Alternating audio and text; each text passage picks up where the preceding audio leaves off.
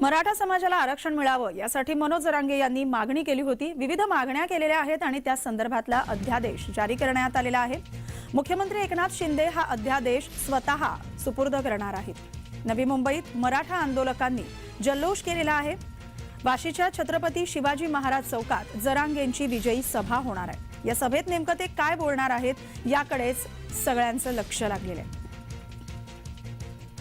मनोज जरांगे आणि सरकारचं शिष्टमंडळ यांच्यात मध्यरात्री चर्चा झालेली आहे, जी चर्चा यशस्वी झालेली आहे आणि सरकारकडून मनोज जरांगे यांच्या मागण्या मान्य झालेल्या आहेत। त्यामुळे नवी मुंबईत आता मराठा आंदोलकांनी मोठा जल्लोष केलेला आहे। या सगळ्याचा आढावा घेतलेला आहे आमच्या प्रतिनिधी कविता लोखंडे यांनी। पाहूया। पाटील यांची आज नवी मुंबईतील वाशी येथे जाहीर सभा होणार आहे। सभेचं आयोजन जे आहे ते मोठ्या उत्साहात या ठिकाणी मराठा आंदोलक आपल्याला पाहायला मिळत आहेत।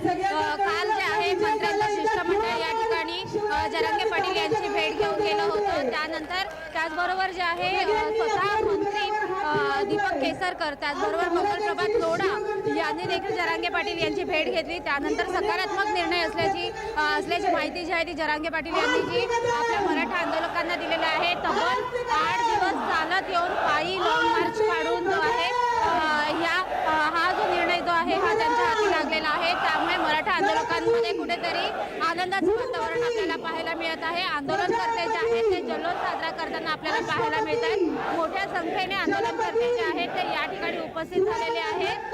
मनोज जरांगे पाटील यांची सभा जी आहे ती थोड्या वेळातच सुरू होणार आहे। स्वतः मुख्यमंत्री एकनाथ शिंदे जे आहे ते त्यांना भेटून जे आहे त्यांचं जे आरक्षणासंदर्भात जे पत्र आहे ते त्यांना सुपूर्द करणार आहे आणि सभेमध्ये ते मराठा आंदोलकांना काय संबोधित करणार आहे याकडे आता सगळ्यांचं लक्ष लागलेलं आहे। कविता लोखंडे, जय महाराष्ट्र, नवी मुंबई।